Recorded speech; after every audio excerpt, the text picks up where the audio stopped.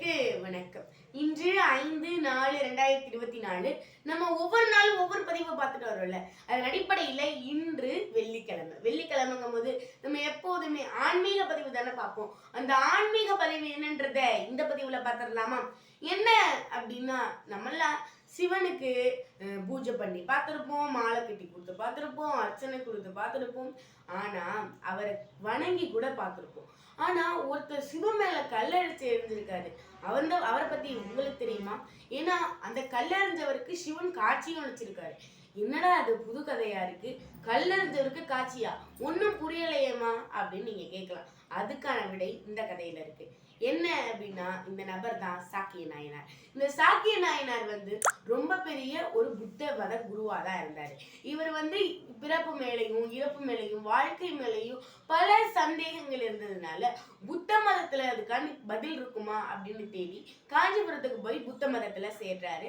அதுக்கப்புறமா திரிபிடகத்தை முழுமையா வாசிக்கிறார். ஏன்னா புத்த மதத்துடைய பிரதான நூல் திரிபிடகம். இந்த திரிபிடகத்தை முழுமையா படிச்சதுக்கு அப்புறமும் அவருக்கு அவருடைய கேள்விக்கான பதில் அதுல இல்ல அப்படின்னு அவருக்கு தெரியுது. சைவ நெறிதான் வழி அப்படின்னு புரியுது. அதனால சிவன் மேல ஒரு அன்பு பிறக்குது இவருக்கு.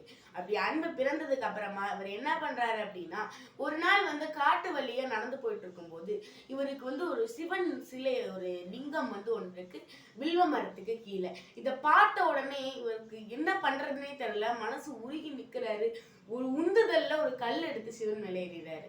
இந்த மாதிரி தினமும் வருவாரு, உருகி நிற்பாரு, கல்லெடு தெரிவாரு. இதுவே ஒரு வழக்கமா இருந்தது.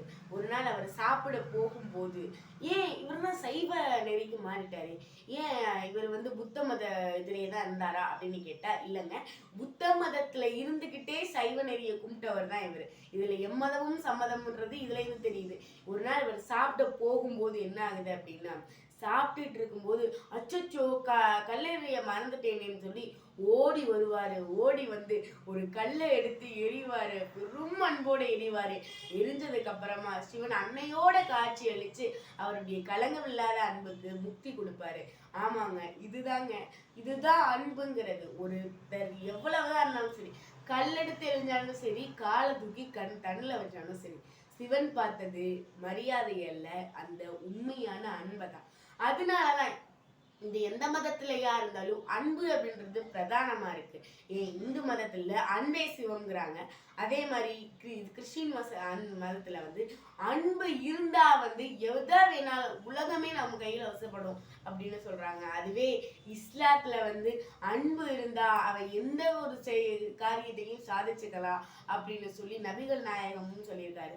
ஒரு எல்லா மதத்துமே சரி அன்பை பிரதானமா வச்சுதான் இருக்கு. இதுக்கு முழு மொழியா நம்ம முன்னோர்கள் சொன்ன பழமொழி God is love, அன்பே கடவுள் அப்படின்ற பழமொழியும் இருக்கு.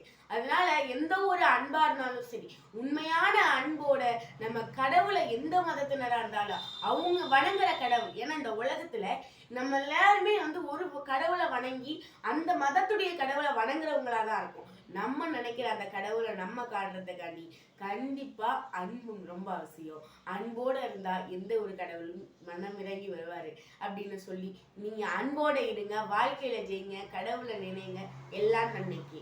நன்றி, வணக்கம். உங்கள் சிந்தனையில் நான் உங்கள் தீட்சா தேவிராஜ், ஊராட்சி ஒன்றிய நடுநிலைப்பள்ளி செவ்வாய்ப்பட்டியில் நான் 7ஆம் வகுப்பு பயின்று வருகிறேன். நன்றி.